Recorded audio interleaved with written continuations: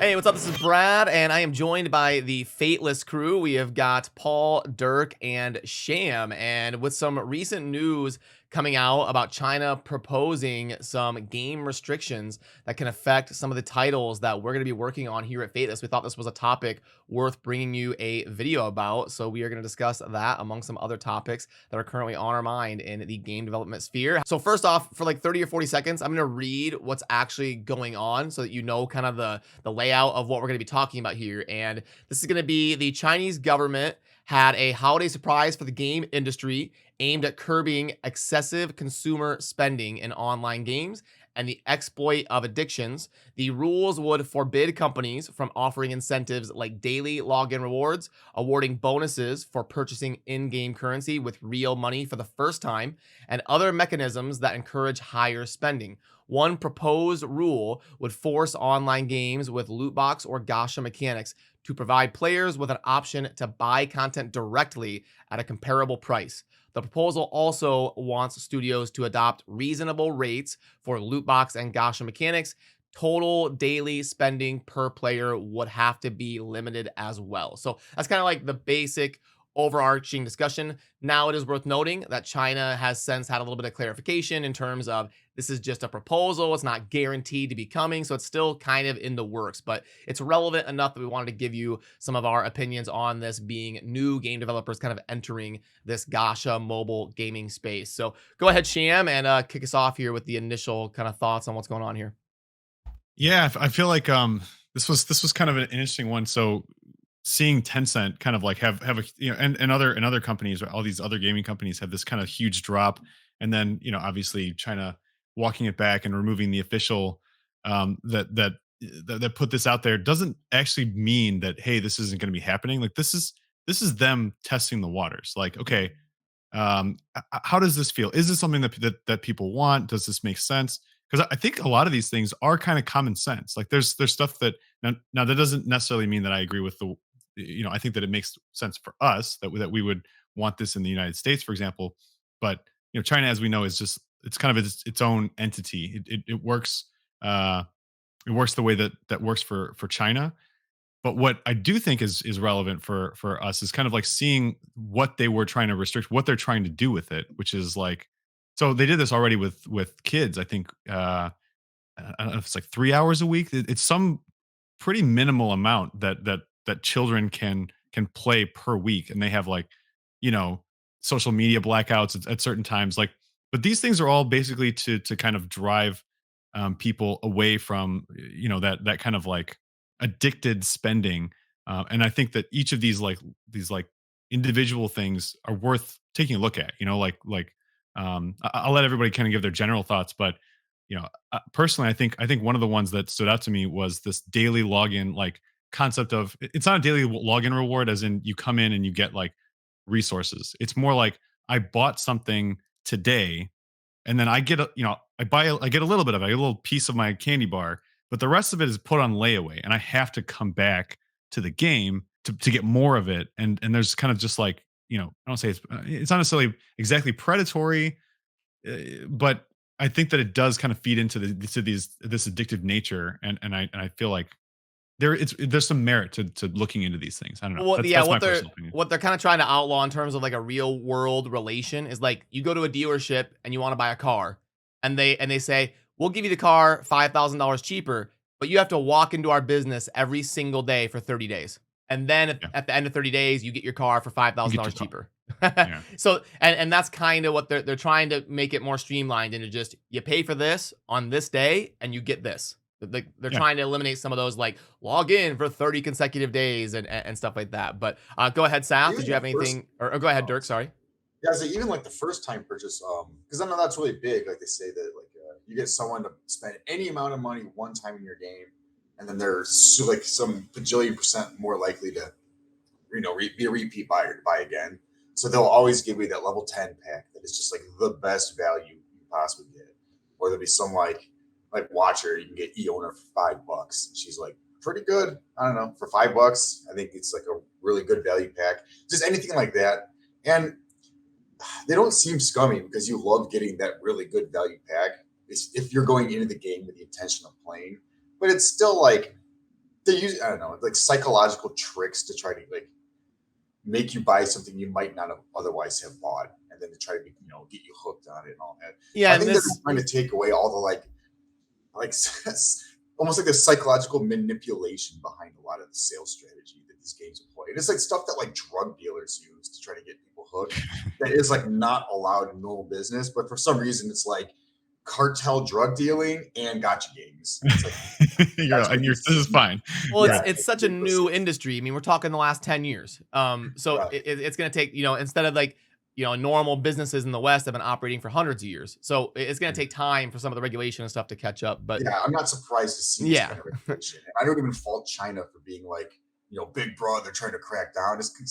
It definitely is something that like I wouldn't be surprised to see the rest of the world follow. well, this stuff especially has China. happened in the West. We saw a lot of the Western countries crack down on online poker, which was a form of like, gotcha. Yeah, Yeah, type- it's like if you can't Sorry, gamble bud. in this state, why are you allowed to gamble online? Again, that's gambling. I don't want to, I don't have too much to say in that. Like you like doing it. I don't know if that should even be banned in the first place, but if it is banned, you have to at least enforce it equally. So it makes sense. I think it's also there's a political and social aspect to it. Generally, China they like to have some level of interference with all the major corporations. Right? There's not many corporations in China that sort of exclude. Like in America, you can have your own company, you can do whatever you want. The government really doesn't do much oversight. In China, it's much different. And with the growth and power of Tencent in terms of the gaming world now, if you've played a game online, you'd be hard struck to find a game that isn't partially in some fashion invested in by Tencent Gaming. And I would imagine they're looking at all the analytics in terms of how is the population reacting and how much engagement they're having with these games. And I think what they're trying to do is basically go, these gaming companies and these games are becoming too controlling, or that they're having too much of a direct impact on people's day-to-day lives, and we need to essentially pull that back. They're targeting things specifically that like you said, you want to buy a car. Instead of just giving you the car, you have to keep coming back every day to be able to get all the parts. It's essentially what they're saying is things like battle passes, things like daily login rewards that you've purchased. If you have to continuously keep coming back to realize the value, that is the behavior that they're not happy with, rather than just buy a pack, get a pack, right? I think those things are they seem pretty okay with a business selling a pack that gives you a set amount of items at that time.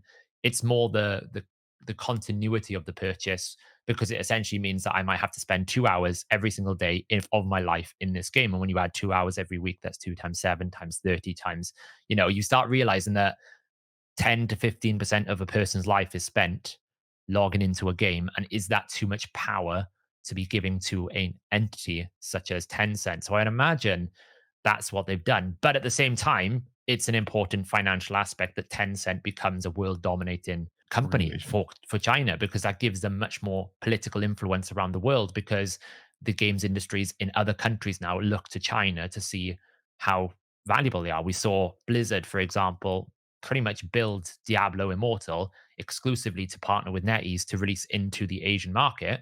And you can't release games into that market without prior approval, but it's very valuable. So it's very interesting from a I would say from a holistic political point of view. As just base developers, we can't really we can't ignore those factors when we're building a game. We got to, if we want to target those industries and those areas and those sort of regions, then these are like, you have to play by their rules, not anyone else's. So it's certainly interesting to see the development of this gacha rules, because we've got countries like Belgium, for example.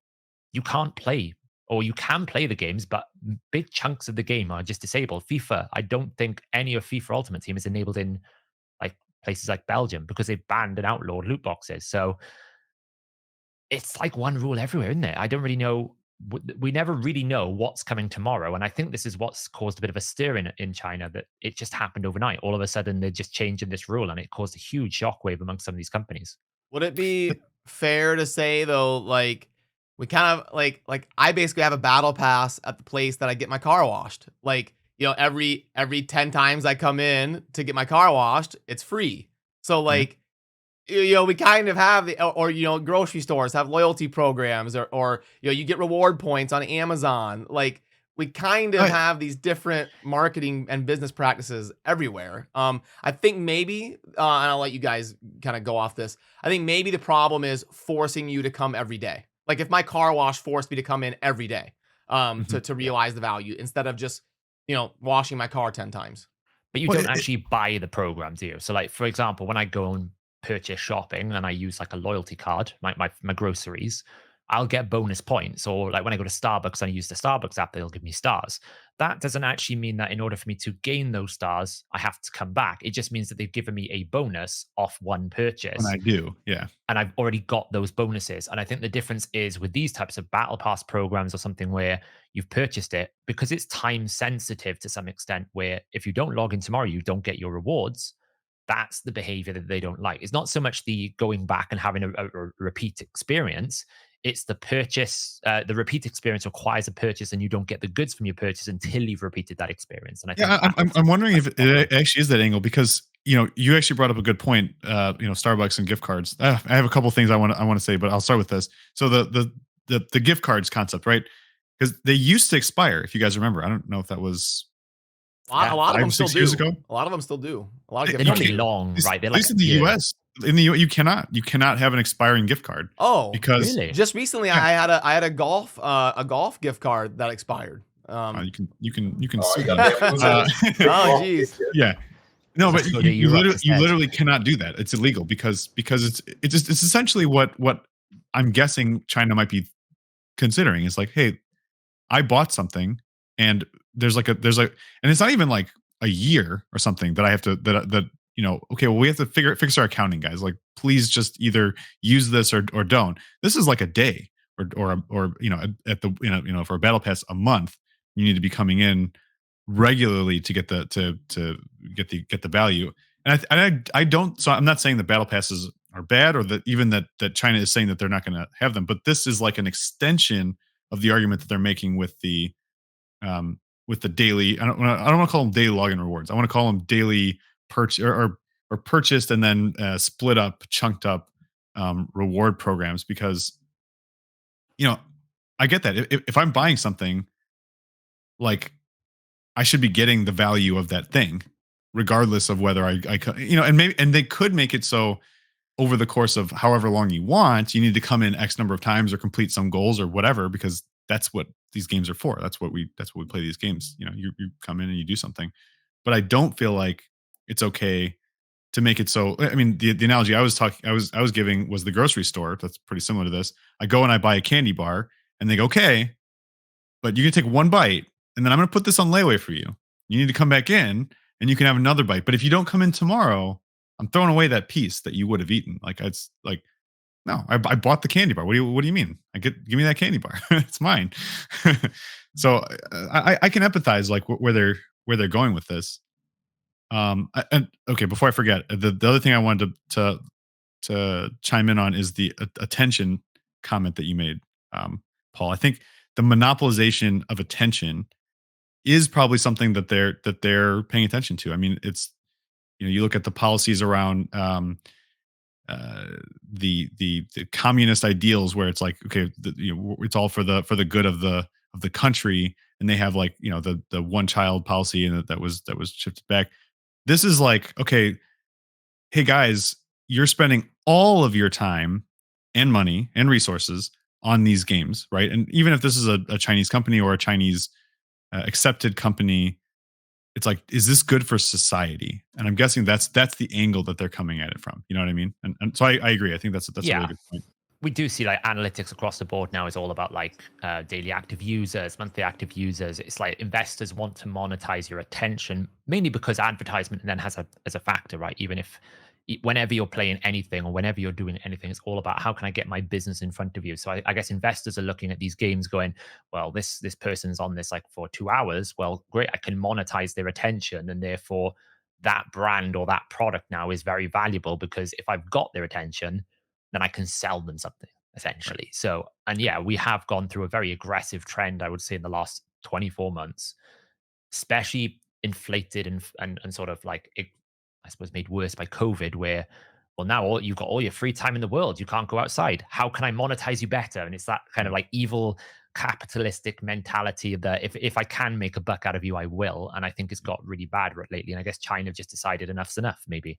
Yeah, and I guess the other one we haven't really harped on or haven't chatted about is the spending limits. I mean, this is kind of like that one really surprised me. Did you see what they said? I don't know what Yep. actual numbers are, but they Yep. proposed spending limits on per account. While you're I don't know if it was talking, I per can day try to or- figure out if there was ever a value on that. Yeah, I don't really think there was work because, like, it's like basically telling teenagers you're not allowed to go and look at things on the internet you shouldn't do, right? If they want to figure out a way to do it, they're very smart and they'll figure out a way to do it. And yeah. you saw it with Lost Ark. Lost Ark had Steam spending limits, and I Oh, it remember did? watching. Mhm. Yeah, they did. And I remember watching some of the OTK guys play in Lost Ark, and they were literally messaging Asmongold saying, "Can I use your account because I've hit my spending limit?" So that they can just bypass it. So in essence, the morals of the system make sense, but in reality, it's almost like any law in the world, right? You put a law in the world, and you basically say, "Hey, it's illegal for you to go and gamble." Right? Footballers can't gamble in sport that they play in. Yet we still see people go and break those rules because if people want to do it, they're going to do it. I Right. don't really think you can enforce like spending limits. Yeah.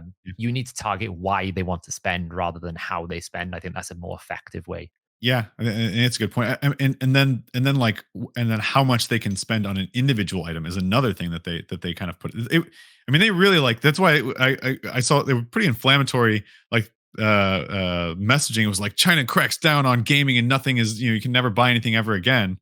Obviously, but I mean, they came at it from a lot of aspects. Like it wasn't just how what types of things you could buy. It was how much you could buy in a day and how much you could buy individual items for. And so maybe that's why people were like, hey, they took this way too far. But yeah, I mean, that's an interesting one because what they were saying there is that you can't like overprice your items, which is like for a business. If you think about this from a business standpoint, it's kind of strange. I don't know. I don't know if I don't know though, because if you think about it, because those items you can control the amount of power that they give to a player in a sense. So like, let's say I had a sword and that sword is just the best sword in the game. Like it's going to make you twice as good as the next best player, but I charge you $10,000 for it. That feels pretty predatory because only you only get like a couple of users on it, but the people that are, the 1% of your player base that's making that's bringing in 50% of your revenue, they're probably going to buy it. You know what I mean? And they can take it away from you. They can change it whenever they want. I mean, Yeah, imagine if you bought a super nice car for $100,000 and then 3 months later they're like, we're lowering the horsepower by 200. It's a V6 engine, actually. Like that's what they can do with these You gotta champions. subscribe in the app to get the rest of your horsepower. Yeah, that's what they do with these champions. It's like, I really want this banner summoning event. Then they nerf it 2 months later, and you're like, well, I wouldn't have spent if I'd have known that. Well, right. Yeah. I mean, and League does this all the time, right? They have a champion, they put a new champion, they're like, oh, look how godly this champion is. And everyone buys it. And then they're like, that champion was really strong, actually. I think we really need to we're making some adjustments here. Just, we're just balancing things. Overwatch is experiencing this right now with Mauga, their new tank. You have to buy the battle pass to get access to him right away. And he's like extremely overpowered. Well, then after the hype of the battle pass dies down, Blizzard just nerfs him and balances him. And it's like we see, the community has spoken. Thank you for your feedback. We'll have to make some adjustments. Like, oh geez, how did we not notice it? In testing, we just didn't notice that it was the strongest character in the game. Super weird. It's the primal shard situation. We released the primal shards at like $8 to see if someone will buy them, and then when like 70% came out and said it's way overpriced, well, we still managed to get the money for the 30%, and now we'll just go and make us look like angels and go, oh yeah, we totally listen. We'll totally adjust the balance. We're so sorry. We couldn't have. How could we have known? But in the long run, they knew what they were doing from day one. When they say you can't sell some, I don't know what the actual rule you're saying. They can't sell things overpriced. Is what they're saying. Yeah. Well, do you have it, Brad, on there? Because I know I saw. I couldn't find any concrete dollar amounts attached to anything. From what I looked, you guys are welcome to look as well. I couldn't find. What is overpriced? What does that even mean? Like any digital sword can only be sold for at max 100.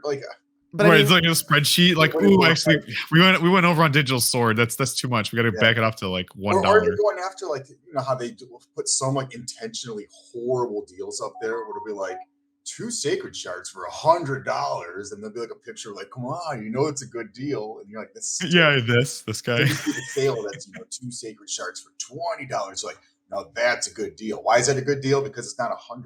Because it's relative. Yeah. Are they trying to kind of curb that down where you can't like put bogus offers up there, A, hoping a whale will bite, or B, just like to But trick? again, that's like the JCPenney method. Like, have you guys read that case study on JCPenney? Yeah, with sales. They raise prices before Black Friday, and then they put it back to the regular price on Black Friday, and it seems like a deal. Yeah, well, but back in the day, they literally, at one point, one of their CEOs was like, "Guys, this is ridiculous. Why are we telling people this different price? Let's just forget about the percent discount. Just tell them how much it costs." Yeah, they got rid of sales because normally and then it was like they tanked sale to the actual price. So it was like, they why were don't we charge the actual price and not do sales? And they like almost went out of business immediately. And they're like, well, I guess people just have to be tricked in order to feel like they're getting value. And it was like they were trying to be open and honest and like do things how you want it to be done, and like it backfired on them. So well, that's like, the I don't know, unfortunate. for some reason, people need to be tricked and like want to be tricked to think they're getting better value. The side effect of this like digital algorithmic era is we have such perfect data. Like these companies, they know exactly. Back in the 70s, we didn't have like this much digital AI generated analysis, and now they can really like put their thumb on these sliders and really optimize things. So that's why you've seen it, like Saf said, in the last 2 or 3 years, get to that like whole new level.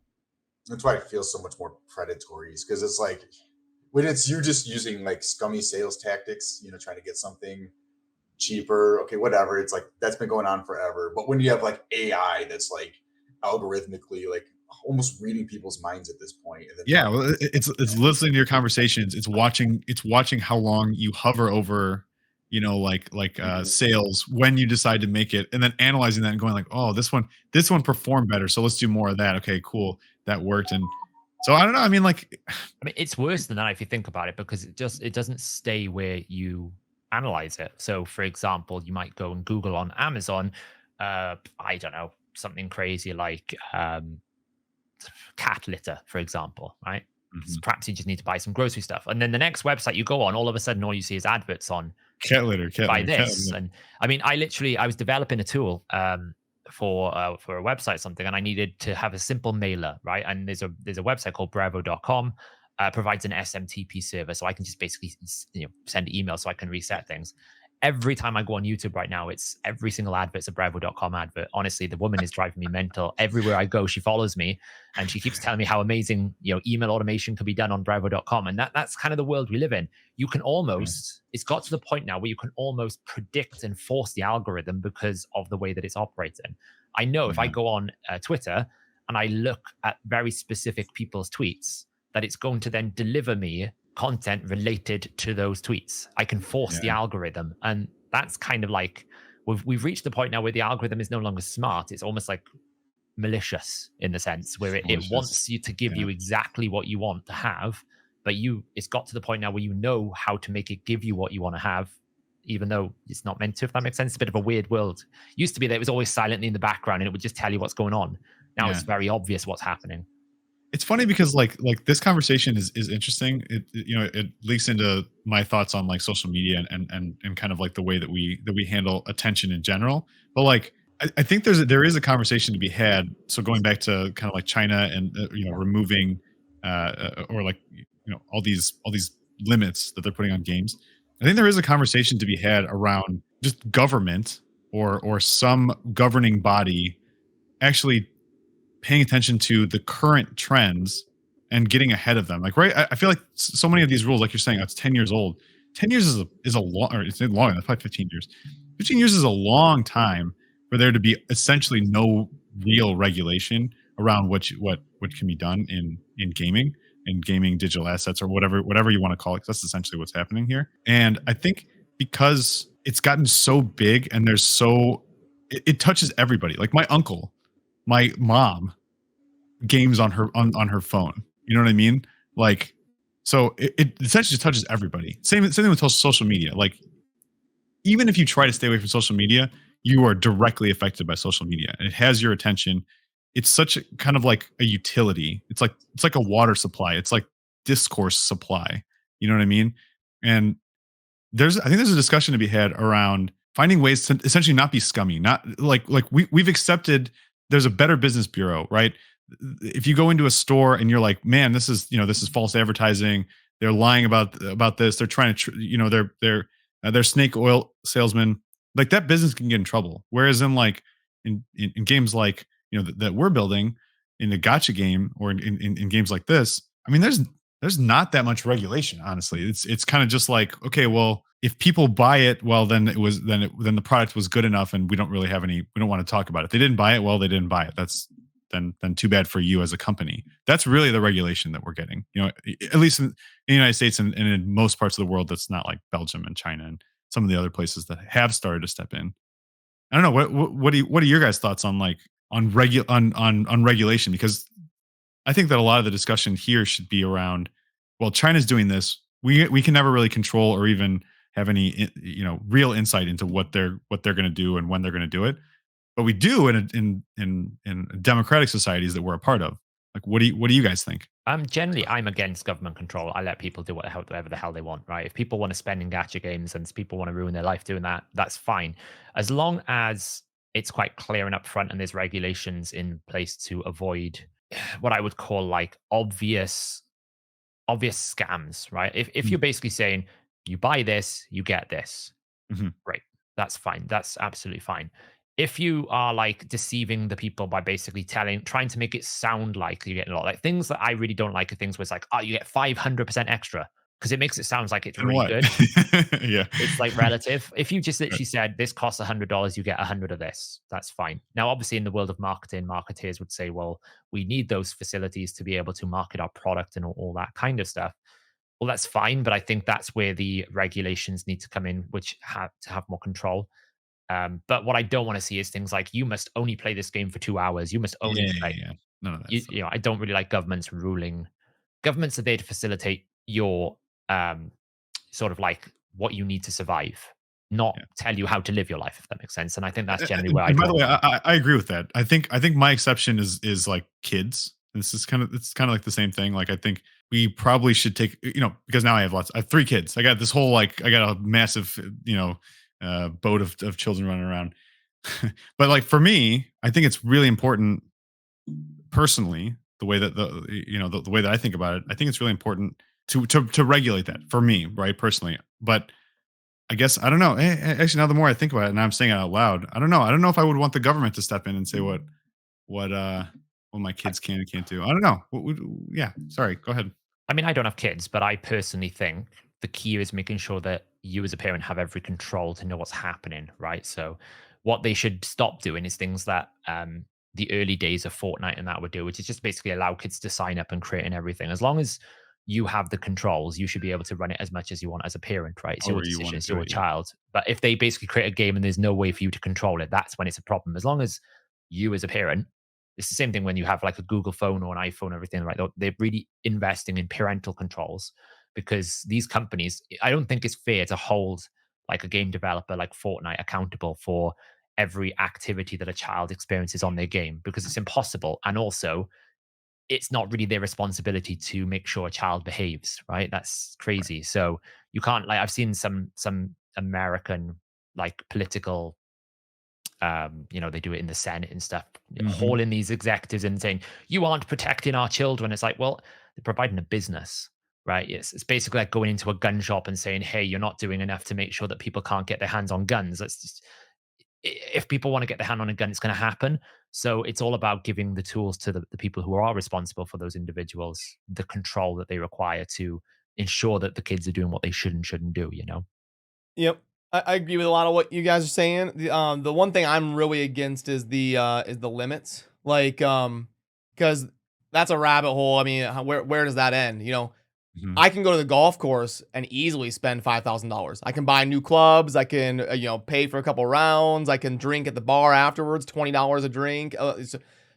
So will that enter other spaces? Like, oh, golf's entertainment. We can't have people Mhm. spending $5,000 Mhm. in one day on golf.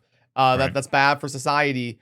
So I'm with most of the stuff, like ending the predatory practices and the lying and the manipulating but like the limits of like telling someone what they can and can't do with their money, I think would be an overreach as long as it's like a legal activity, you know? Yeah.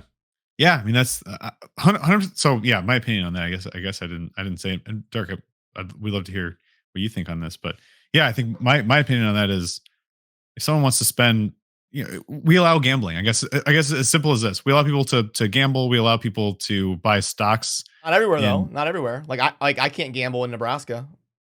there's and I can't no have my gambling. own lottery.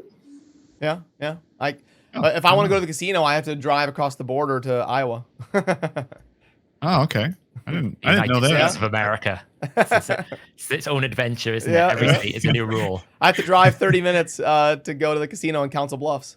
You used to best have that thing is in Chicago, actually, where we couldn't gamble. But then, if I have the It's like the Joliet River. It's boats. close to Juliet. passing here in Nebraska. It's like on the ballot every time. It's like, do you want to continue the current gambling legislation or no? And you check a box like yes or no. And I'm pretty sure that's close to changing, but I think as of now we still can't gamble here in Nebraska. It's one of those things where it's like, because of how much is like too much regulation, like what even is government regulation? Like, obviously it's horrible if there's just some like greater authority that like from the top down can just say like, this is what you're not allowed to buy anymore. And you're like, oh, I liked buying it. Like a battle pass kind of goes to the JCPenney thing almost, where you're like, there's no good reason for you to not get everything you bought in the battle pass right away.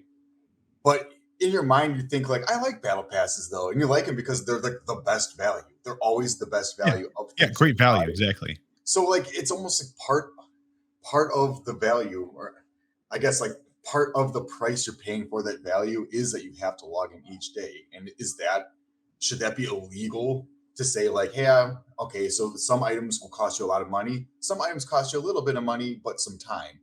And like, What if they just legislated the battle pass to where it's not time gated? Like it's just the next 30 days you log in. It doesn't have to be the next 30 days. right. Just the next 30 days you log in. But even then, Could be. I don't know. But then maybe they can't offer it as good as value because some of that value was being forced. You know what I mean? Like, but then like, if I agree to that as someone who's buying, going like, oh yeah, I got no problem logging in. I'm going to log in the next 30 days. This is great value because I'm logging in the next 30 days. Like, why can't I like, be on the other like receiving end of that deal anymore? Because it's like, well, nope, I guess China says I'm getting ripped off, even though I like this. So I guess I just can't do it anymore. You know what I mean? So I guess That's the thing for an adult. It just seems weird. It does seem a little bit weird. I mean, so yeah, well, looking at it from that angle, like what do you guys, because it really is a restriction. So like that practice is it tells you what's happening. So like the devil's advocate on this, right? They gave you the outlined, here's what's going to happen. You're going to get this thing initially, and then for the next however long that battle pass lasts, you have this amount of time to get this thing done, and then you're going to get some extra stuff. Like it taps into though a lot of psychological principles about habit generation and addiction, right? So the more you do something, the more it becomes essential for you to do it because you've generated a habit. So what they're trying to do, and it comes down to why is there a battle pass in the first place? Like, why have we moved the monetization wheel from buy a game to microtransactions in a game to the main income source is microtransactions through seasonal based content, which is what has essentially happened in the development of the monetization cycle with gaming. And it's because they've realized that they can, one, generate more money by having more ways to buy stuff all the time. The second thing that they're doing is they're basically forcing you to play the game more often by making a habit generation within your brain that goes, today I've got to log in, right? I've been playing Raid Shadow Legends for 4 years. So every single, it's hard coded into my brain right now that CBC starts at 9 o'clock, that my clan boss resets at 10 o'clock, that my daily reset is at midnight, right? It's almost like it's a habit in my brain. And if I miss that habit, my brain automatically starts going, you've forgotten to do something, right? It's in your subconscious. And that's what the battle pass is very good at doing, is generating a forced habit, right? We get used to it every month. And then every month and every day, there's a new daily quest. And I have to log in and I have to keep playing. I have to keep doing it. But devil's advocate on this, isn't that what's happening when you're doing any hobby effectively? So if you're talking about like a gym membership, a climbing gym, I'm doing a lot of gym stuff here, but like you said, the golf course, like it's not, I guess, as direct, but they have, a certain amount of time that you're allowed to use this service. And the more often you're muted, by the way, Dirk. And the more often you come in, the more they want you to generate, like, build that habit, right? So, and you might argue, oh well, but you're exercising, you're working out, so it's good for society. No, because But you don't get like cheaper protein bars the more you come into the gym. Well, you do if you're a They actually member. don't want you to go in you there. do if you're a because member, they'll- though, right? well, but you have Or to be a member sometimes, just I to mean, use the yeah. gym, don't you? But it's not illegal to do that. You see what I'm saying? Like, and some gyms do that. You get discounts, you get rewards, you get perks. Yeah, The more perks. times you come in, you get bonuses. It's What's different, I guess? another way to look at it is the other monetization thing, which has become quite prominent, is buy 12 months upfront and you'll save 20% discount. Yeah, Right? yeah. However, Yeah. I recently, like, Season of Discovery came out World of Warcraft. I've never played World of Warcraft, but we were going to play for it a bit, and I basically only logged in twice. But when I went to create a membership, it's like the first option they default to isn't the $9.99 a month or whatever it is. It's The whole year. it's the whole year. But when you read it initially, it's like $9.99 or $7.99 a month. But actually, when you then read when you go through the process, it's like, oh, but you want me to pay, it's $7.99 once you've averaged it across the 12 months that you want me to buy up front. And it's that similar, like what they're trying to do is almost like buy you in and lock you in. And then once you're in, I think the difference with the gym analogy is that a service or is that a product? Are you buying a product with a gym membership or are you buying a service? And when you're buying stuff in a game, you're not buying a service, you're buying a product. And the concept of buying one product is making you buy the next product, right? That's the core principle. But it is a live service. I mean, more often than not, they are actually live services, right? Because with a gym, you're buying costs money for that service. Yeah, you're buying access to the facility with a gym, and then with Which the is game, true of you're the game, buying right? access to the server. So it is kind of similar in that sense, where it's like true. Whether you buy it or not, that because that effectively is the model, right? It's a live service. It is that's why it's called live services, right? Because it costs money. You know, if I make it free to play for a million players, right? If I have a million players on my servers, that's going to cost a lot of money, right? And so, like, because of those, because of the scale of that, you could, it would be a risk in a sense for these companies, or they feel that it would be a risk, or it's less money making to say, well, okay, it's $9.99, and then you can play forever, because then a year down the line, if not enough people are continue playing, and then you're still running the servers, and now you're just now pure losing money. So I think that was the initial impetus. But I see what you're saying. Like there was like this shift that they're like, hang on, we can. This is a different way that we can tap into people's like addictive nature effectively. So, but also, before I forget, to Sham's point about gyms are extremely predatory. Like when you go to cancel, okay, they let you sign up as easy as you want online or whatever. I just had this recently because I moved. I had to cancel and join a different gym. I called and they're like, "No, you can't cancel over the phone." I'm like, "Okay, well, you need to come in. Can I go to your website?" And they're like, "No, you have to come in person." I'm like, "But I moved." And they're like, "Yeah, sorry, you have to come in and cancel." And it's like, and if you can't come in, you have to like email the general manager and wait for them to get back to you, and they'll have to call you. I'm like, "But I'm going to be charged again in 4 days." And it's like coming up on the weekend. And they're like, "Well, yeah, this is the policy. If you get charged again, it is what it is." Like, so, and I'm like, "Are you serious?" Wow. And so I start looking, and this is like a topic online that lots of people are complaining about, because legally, I guess, when I looked into this, it's supposed to be as easy to cancel as it is to sign up. Companies can't make you be like, you have to wait a year to cancel. Right, like, exactly. But that's what gyms are doing. There's a cancellation, service charge for us to, do the paperwork. It's expensive because they want you to sign up. They'll make that as easy as possible. They don't want you to cancel, so they're gonna make you jump through as many. Because what they want you to do is go, screw it. It's $30 a month. I'm not even gonna bother with it. Like I'll do that. I'll do that down the road. That's what they want you to do. Yeah. They want you to forget you have it, so that it just keeps coming out of your bank account. And then all of a sudden you'll run across and you'll go, wow, what's this spend that I'm doing every single month? Oh, I forgot I canceled that. The other classic one, like you said, is hiding the subscription fees all over the place. I tried to cancel a TV subscription fee, and you have to go to this sub menu, this other sub menu. Then you find the cancel. Then you have to confirm it. Then they pop up with, oh, you want to leave? Well, tell you what, why don't we offer you it for 2 months at $2.99? And then you forget you've still got it. And then you spent more money that you didn't want. And it's the world we live in, essentially. And to be honest, is it immoral for a business to try and maximize its revenue? And that's the real fundamental question it comes down to. If a customer is willing to pay £1,000 a month to play the game and they have a lot of enjoyment from it, is that immoral? Well, it's only immoral if the person can't afford it. But who's responsible for affordability? Is it the company? Like, Should I go across to Ferrari now and tell them their cars are too expensive because they're 4 times the price of a Nissan? Yeah. Well, No, are they immoral for charging that price?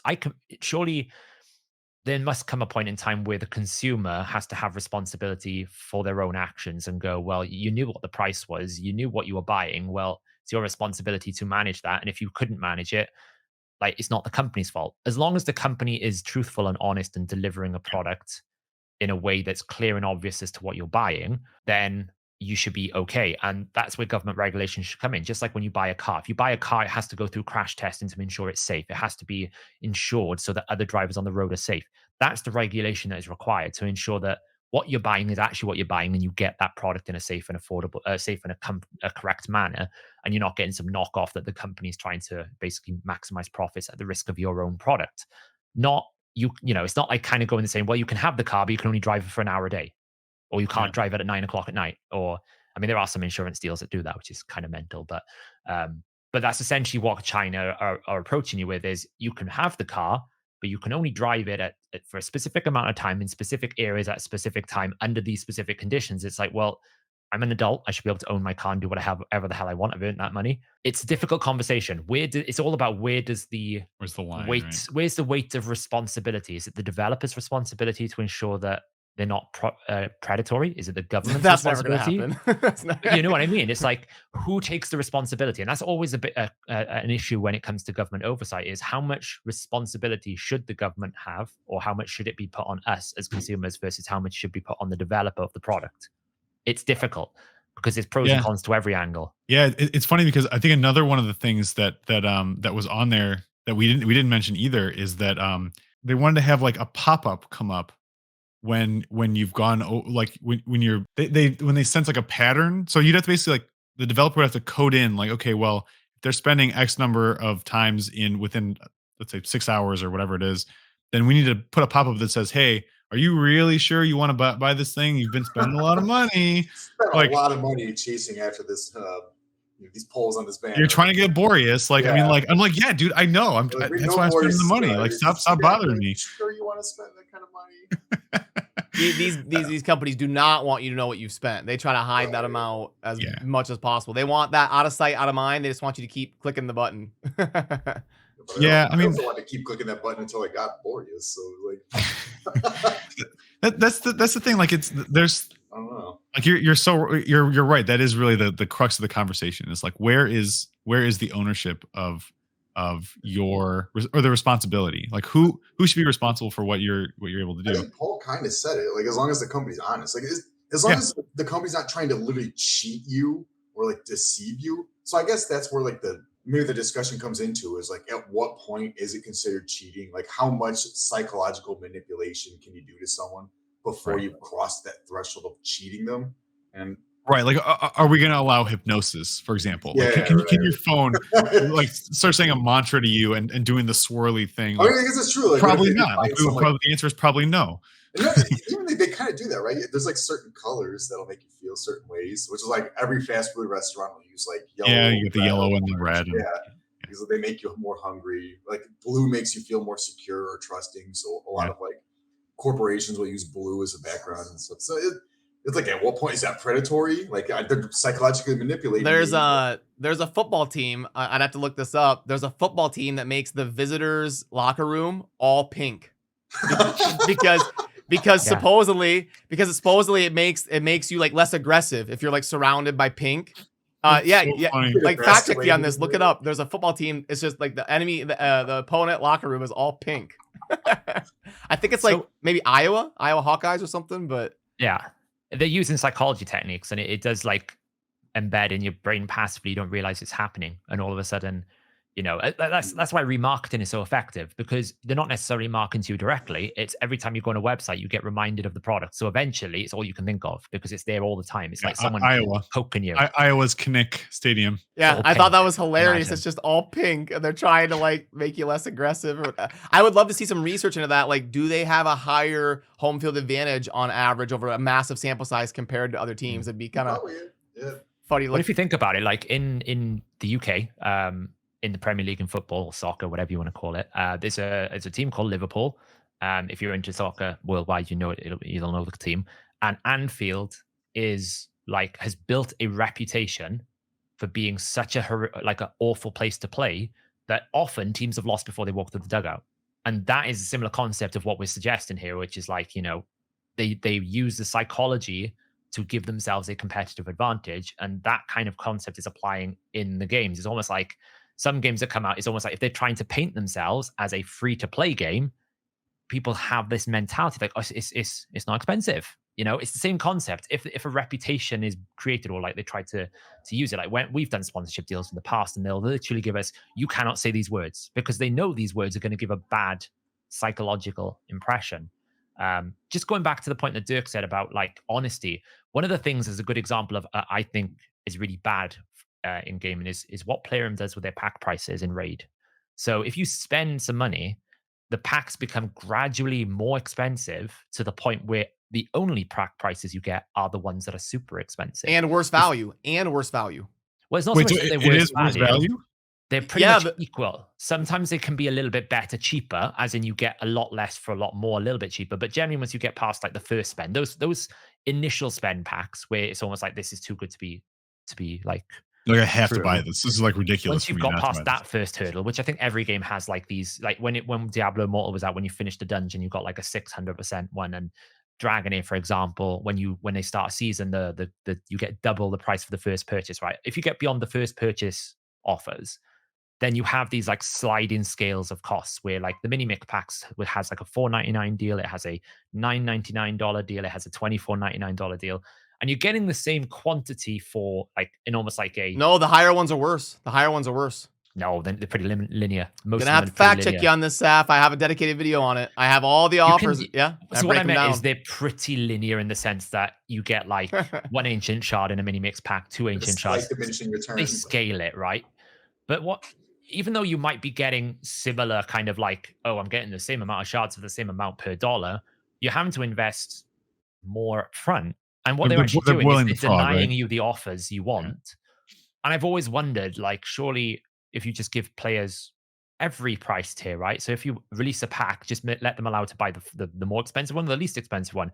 That's the kind of behaviors that I think should be regulated out of gaming, where people who essentially, you got an example here on screen, have you? How long ago was this though? Yeah, this is the mini mix packs, the $3 one versus the $25 one, and in an offer calculator, the one that we had, it was a 1.65 versus a 1.2. Right, but the $2.99 one is the first offer point. What I was saying is the next tier beyond. The first one's always better. So what I'm saying is the initial, you have like a tier of packs where it's like standard packs, initial purchase packs where they want you to convert you as a spender, and then like the higher Kraken packs. You might be that one. I'm not for sure on. I'd have to compare the 10 and the 25. Exactly. I think the 10 and the 25 are similar to the 24 here, the 25 one. The first one is always better than everything else, because you see that with a lot of the packs when you start a new free-to-play game, which we're probably going to be doing soon. You just get like pack and death by 1,000 packs that are like, hey, for like $2.99 you can get a sacred shard, and for $4.99 you can get another sacred shard. And then the moment you spend a penny, it then goes, no, you got to go back to like the more reasonable packs now. You're too much of you're already a spender now, so we can give you less desirable packs because you've converted. And I think that's the kind of behaviors that should be regulated out.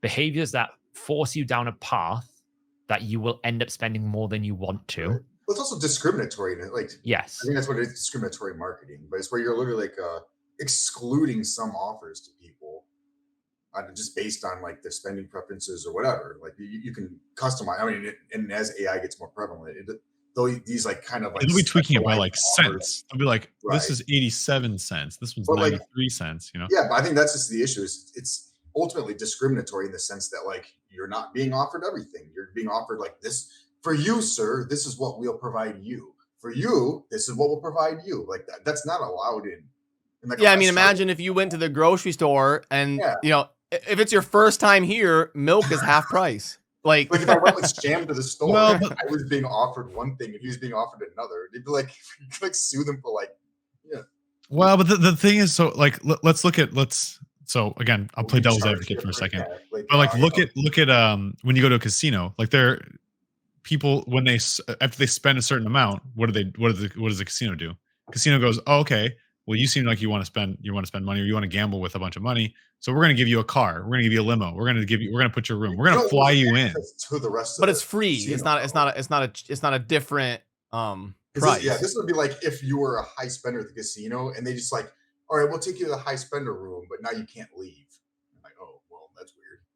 Exactly. Like, Well, that's yeah, what no, they're doing. that's a good analogy. Actually, that's a good analogy because that's a great point. Because what I think the problem I see with it, and I agree with Saf, is that once you've done that spending, now they've jumped you to, well, if you do want to spend, and we can tell you do want to spend because we saw you spend a minute ago. You do want to spend, well, now you can only spend at this level, at this higher level, which you weren't already spending at, but now maybe it feels a little more comfortable. What do you think? Like, and I'm sure after some amount of time, like let's say, I don't know if you guys have tested this, but let's say you bought the first pack, you wait a month, you don't buy anything, right? You leave it alone. You might see that first pack again or something Yep, like that. I have tested it. Yep. In It takes Raid, about a month. in Raid, it takes like 25 to 35 days, somewhere in there. Yeah. Yeah, From it's the a last really good time you deal. purchased until you start getting like the Warrior Circle packs and like the premium packs. It's about a month you have to not spend. Okay. Yeah. And I don't know. So I honestly think as well, are they just losing? Like, it'd be an interesting analysis. We don't have access to the analytics, but I can't imagine that is going to be like, surely there must be a business angle and even like an efficiency angle where, as relevant to everything that we're talking about, everything we're developing. What if you just offered the 3 tiers? Are you losing people who go, do you know what? I fancy spending $10 this month, this weekend. There's a I'm not time to spending engine 40 or on. whatever it is. I don't mind spending $15 this weekend, but I don't want to spend $79 this weekend. So are they just losing out on people who want to spend because they think that if they offer enough times, then people will just cave? So it's that angle. Are they kind of going for this like, oh well, we can make them cave and not offer them? But surely I would be really curious to know, almost like really curious to see an A/B test where if you basically offered someone the 3 tiers of packs, maybe they can buy all 3 tiers if they wanted to, as an example, versus just forcing them down this like, well, you spent a lot, now you only get the expensive packs. How much more income would that game actually generate? Because you're now offering an experience for all levels of spenders. Like Dragon does this very well. You can whale, but the actual like small purchases, you get, you still get that really good $4.99 a month pack. You still get that really good limited time kind of battle pass offers and things like this. So you can spend a little bit in Dragon and get a lot, but in Raid, once you've spent a little bit, you're almost like, well, I have to spend like a mortgage allowance per month to be able to just like buy anything because they only offer you the expensive ones. So you're in this like, well, I spend for a month and then don't do anything for a month, and it must be surely a loss. Really? Yeah, I Maybe wonder. it is, really? I mean, I'm I curious. would just presume, and I'm just making assumptions, and sometimes it's not a good idea, but I would assume that they've done extensive testing, across like huge populations, trying to figure out what's going to maximize their profits, right? I would just guess, but maybe you're right. I mean, so I guess to speak to what we would picture on our end, maybe we, this could be kind of the way we kind of wrap things up, because I know we've gone about an hour, and that's probably a good amount of time, and we've kind of gone over the subject. But I think for us at Fateless, I feel like, the big thing that we're about is community and transparency, and making sure. I think that's a big focus. Isn't saying like, hey, we're trying to like trick you into spending. Like I play a lot of Watcher of Realms right now. Like I don't mind spending. I spend in that game because I like the game. I think it's fun, and I want to get cool champions, and I want to use those champions. And I feel like if we're just sticking with things that are straightforward, introducing players to what's cool about the game. That's the way I would picture that we would do any packs or any sales or any shop that we have. So I don't know. I mean, like going back to like the China restrictions, I would be surprised if we see this kind of like actually go all the way through for adults. I could be wrong. But I definitely don't. I think that there's like parts of this that I like. I like seeing that they're thinking about how you could possibly regulate it, but I don't think the current approach that they're going after is the right one. That's my like summation of how I feel about this subject. I think the real challenge for us as well at Fateless is almost like developing a plan that's going to be relevant in the time that when we 2 get to years or releasing. whatever. Yeah. Because obviously we're not releasing tomorrow. It's going to be a bit of time as we develop the game and we build up all the different part of the project. Building a game is not an overnight job. So by the time we actually get to release, will the whole monetization world be different again? And it's very, I suppose, stressful and also interesting at the same time to see how the world is adapting to, as we come out of like, I still think we're still coming out of like this post-COVID economy world / environment where industries are either recovering or receding depending on how those restrictions that impacted them have come out, right? We've seen massive losses of jobs this year in the tech industry as a result of people no longer engaging necessarily in things like Zoom calls and playing and having all their life on a computer. They've gone back outside a little bit. So these tech companies are overinvested in things they thought were going to be the new thing, and they haven't actually quite materialized. All Are the seeing time. those recessions, but then other industries are bouncing back. Like things like pubs and restaurants and Travel. things, traveling and all those things are bouncing back. So it's kind of like I still think the world is in this kind of like bubble of we've come out of COVID, the economies are adapting, adding all the different conflicts and everything, and every industry is getting affected by it. So I think it'll be another sort of 6 to 12 months before we see stability in gaming, essentially, because it's not just gaming, it's esports, right? We're seeing Yep. the League of Yeah. Legends 2024 has been announced, and they're hosting half of it in a 200 to 250 seater stadium. Their arena that they've got their own studio. Where 2 years ago, 2018, it was like 3,000 minimum on the group stage. So you're Yeah. seeing that like movement of esports and gaming and that where it's coming back a Is little it bit true? as the 250 reality. a divided by 10, a 10% shift? Yeah, That's because it's crazy. being held. They're essentially cutting costs, so they don't have to rent an arena because they have their own. They have the LEC studios in Berlin, so they're using their own studios instead of hiring an arena for the group stage, right? The Swiss stage and the group stage. They're obviously going to. I think they've hired the London O2 or one of the London areas for the big final. So the final's still going to be in a The big, finals will be okay. Cool. but their actual like I remember like going down in 2016 and they had like the quarterfinals in the big stadiums, and the group stages were in Paris in a 3,000 4,000 seater. So you see in like the esports industry trying to find the balance between profitability and still producing a product. So it's the challenge we got as a game development studio. How can we ensure that we build a great game, because that's our main number one goal, but also still think about how gaming is going to look in 6 to 12 to however many months it's going to take us. It's a very broad and challenging world, I suppose. We'll get there. We've got a correct team. We've got a lot of great minds, and then we've got the community helping us out kind of every step of the way, which actually makes it way easier because hey, we have a question around what do you guys think about this, and then you get an answer, and then there's no question around about whether people are going to like it or not. They already told you. You guys already told us like what you want to do. So, Yeah, well, for Brad, sure. you want to like Yeah. sign us out of here? Yeah, no problem. If you made it this far, we love you and appreciate you, and thanks for interacting with us. And yeah, feel free to join the Discord server and engage and let us know your ideas. And we're over there kind of chatting and meeting up with people. And we love the more feedback, the better. We do polls over on the community tab of the YouTube channel and all that. But yeah, this will be a talk that we have, once a week, every week or two, something like that. And we'll just kind of talk about walking through the process here with different videos on the Fateless channel. So thanks for joining me, gents. It was a fun discussion, and we shall see you soon in the next video. Cheers.